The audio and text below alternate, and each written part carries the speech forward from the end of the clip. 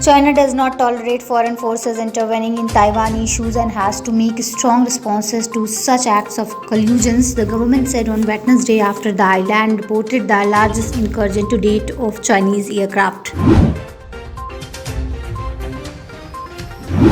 In what is being seen as a precursor to a realignment of political affiliation before the 2022 Assembly elections in UP, at least 5 rebel MLAs from Mayawati's Bahujan Samajwadi Party met Samajwadi Party chief Akhilesh Yadav on Tuesday.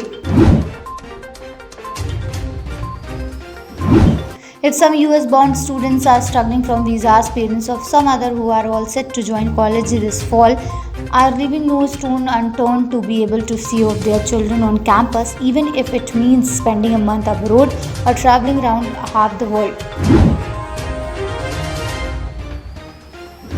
Twitter has lost the coveted safe harbor immunity in India over its failure to appoint statutory officers on the company's roll in line with the new IT rules, and its top executive, including the country managing director, could now face policy questioning. On April 22, Vipin Mittal, an LIC agent in Punjab's Faridkot, was surprised to receive a text message on his cell phone with a link to his COVID test report. Isolated heavy rain in parts of the city was recorded on Tuesday.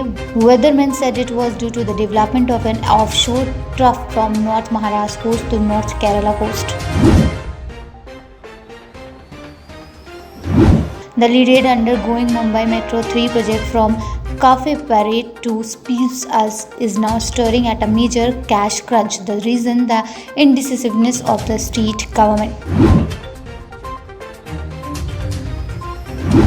The Biden administration is very interested in continuing to ensure that the US has a strong energy partnership with India, Energy Secretary Jennifer M. Granholm has said.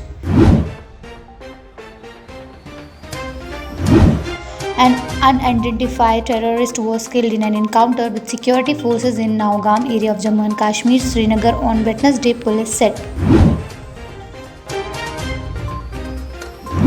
Actress Sonakshi Sinha has adopted a tree. The initiative comes after a large number of trees were uprooted during the cyclone Taukte recently.